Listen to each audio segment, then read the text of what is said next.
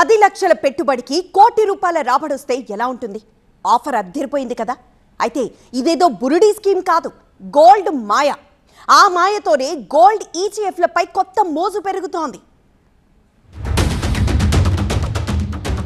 ఓవైపు Trump టారిఫ్ల tension, మరోవైపు stock మార్కెట్లో నెలకొన్న అనిశ్చితి పరిస్థితులతో ఇన్వెస్టర్ల ఆసక్తి మారుతుంది. పసిడి ధరలు పరుగులు పెడుతుండటంతో వారంతా ఇప్పుడు ఈక్విటీల నుంచి బంగారంలోకి పెట్టుబడులను మారుస్తున్నారు.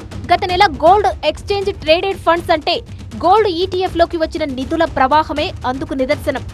ఆగస్టులో గోల్డ్ ఈటీఎఫ్ లోకి 2190 కోట్ల పెట్టుబడులు రాగా సెప్టెంబర్లో ఆ మొత్తం 4 గింతలై 8363 కోట్లకు పెరిగింది. ఇది 7.3 టన్నుల గోల్డ్ విలువకు సమానం. ప్రస్తుత ఆర్థిక సంవత్సరంలోనే ఇది అత్యధికం. దీంతో మ్యూచువల్ ఫండ్ల నిర్వహణలో ఉన్న గోల్డ్ ఈటీఎఫ్ల ఆస్తుల విలువ మొత్తం 90,000 కోట్లు దాటింది. మరోవైపు గోల్డ్ ఈటీఎఫ్లకు కూడా డిమాండ్ పెరిగింది. పెట్టుబడుల్లో వైవిధ్యం, కో ఇన్వెస్టర్లు లోహాల వైపు మొగ్గు చూపుతున్నారని మార్కెట్ వర్గాలు చెబుతున్నాయి.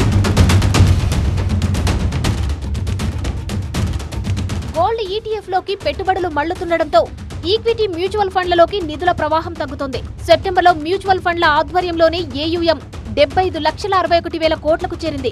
ఆగస్టులో ఇది 75,19,000 కోట్లుగా ఉంది. మొత్తం పోర్టుఫోలియోల సంఖ్య 25.19 కోట్లకు చేరింది. గత నెలలో కొత్తగా 30.14 లక్షల ఫోలియోలు జతయ్యాయి. ఇక రిటైల్ ఫోలియోలు 19.81 కోటికి పెరిగింది. ఇక సిప్ ద్వారా గత నెలలో 29,360 కోట్ల రికార్డు పెట్టుబడులు వచ్చాయి. మొత్తం సిప్ ఏయుఎం 15.52 లక్షల కోట్లకు చేరింది. సిప్ ఖాతాల సంఖ్య 9.25 కోట్లకు పెరిగింది. బంగారం ధర దాదాపు ఏడాదిన్నర కాలంలోనే రెట్టింపైంది. దీంతో ఆభరణాలను కొనుగోలు చేయలేని పరిస్థితి సామాన్య మధ్యతరగతి ప్రజలకు ఎదురవుతుంది. ఆభరణాల విక్రయాలు తగ్గినట్లు వ్యాపారులు స్పష్టం చేస్తున్నారు.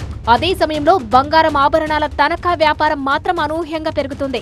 గోల్డ్ రేటు భారీగా పెరగడంతో గతంతో పోల్చితే బంగారంపై ఎక్కువ సొమ్ము లభిస్తుంది. అందుకే చాలా మంది తమ అవసరాలకు ఆభరణాలను తనఖా పెట్టి అప్పులు తీసుకుంటున్నారు.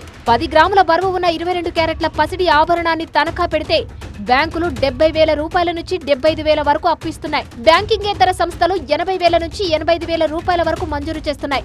ఆభరణాలు తనఖా పెట్టుకుని బ్యాంకులు జారీ చేసిన రుణాలు ఈ ఏడాది మార్చి నాటికి 18% పెరిగాయి. ఈ ఏడాది మార్చిలో 11.8 లక్షల కోట్లుగా ఉన్న పసిడి రుణాల మార్కెట్ 2026 ఏడాది మార్చి నాటికి 15 లక్షల కోట్లకు చేరుకుంటుందని అంచనా. మొత్తానికి భారీగా పెరుగుతున్న బంగారం ధరలు అనేక రంగాలపై ప్రభావం చూపుతున్నాయి.